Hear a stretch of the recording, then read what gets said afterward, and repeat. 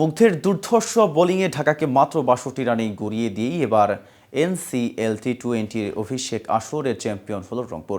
রংপুরের দুর্দান্ত বোলিং তোপে বিধ্বস্ত হল ঢাকা মেট্রো। ৬৩ রানের মামুলি লক্ষ্যে ব্যাট করতে নেমে ১৮ রানেই ৪ উইকেট হারিয়ে ফেলেছিল রংপুর বিভাগ। সিলেটে এনসিএল টি-20 ফাইনালে তখন রোমাঞ্চের আভাস। তবে এই অল্প রানে প্রাণপণে চেষ্টা করেও ঢাকা মেট্রোর বোলাররা কুলিয়ে উঠতে পারল না। শেষ পর্যন্ত সহজ জয়েই প্রথমবারের মতো আয়োজিত এনসিএল টি-20 শিরোপা জিতে নিল রংপুর। সিলেট স্টেডিয়ামে রংপুরের বোলারদের আলো ছড়ানোর দিন আর কি ঘটল, চলুন সে বিষয়ে বিস্তারিত জেনে নেওয়া যাক প্রতিবেদন বাকি অংশ। কেটিভি ক্রিকেট চ্যানেল থেকে আপনাদের সাথে আছি আমি মেহেদি হাসান।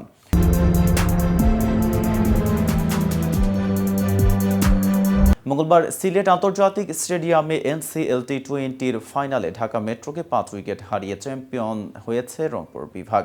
টস জিতে আগে বোলিংয়ে নামা রংপুরের হয়ে ১৭তম ওভারের তৃতীয় বলে রাকিবুল হাসানকে আবদুল্লাহ আল মামুনের ক্যাচে পরিণত করেন আলাউদ্দিন বাবু, যেটি তার ম্যাচের তৃতীয় ও আসরের ১৯তম উইকেট।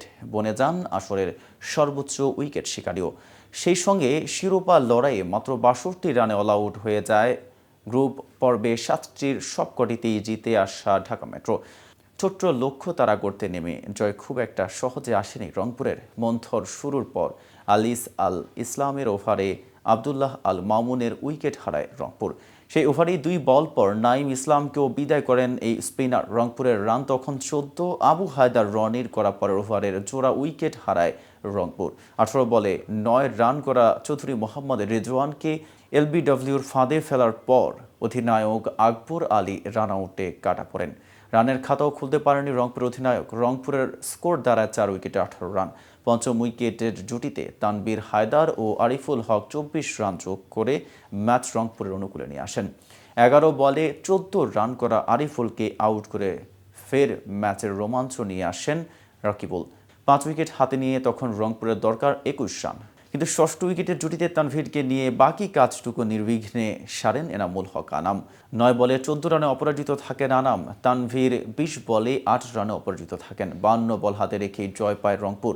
ঢাকার পক্ষে আলিস আল ইসলাম ও আবু হায়দার রনি দুটি করে উইকেট শিকার করেন।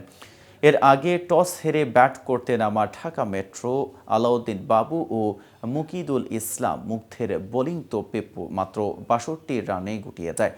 ঢাকার মাত্র ২ জন ব্যাটার ২ অঙ্কের রানের দেখা পেয়েছে। শামসুর রহমান শুভ ১৪ এবং আবু হায়দার রনি ১৩ রান করেছে। প্রসঙ্গত, জাতীয় লিগ টি-20তে চ্যাম্পিয়ন দল রংপুর পাবে ২০ লাখ টাকা, রানার্স আপ দল ঢাকার মিলবে ১০ লাখ টাকা।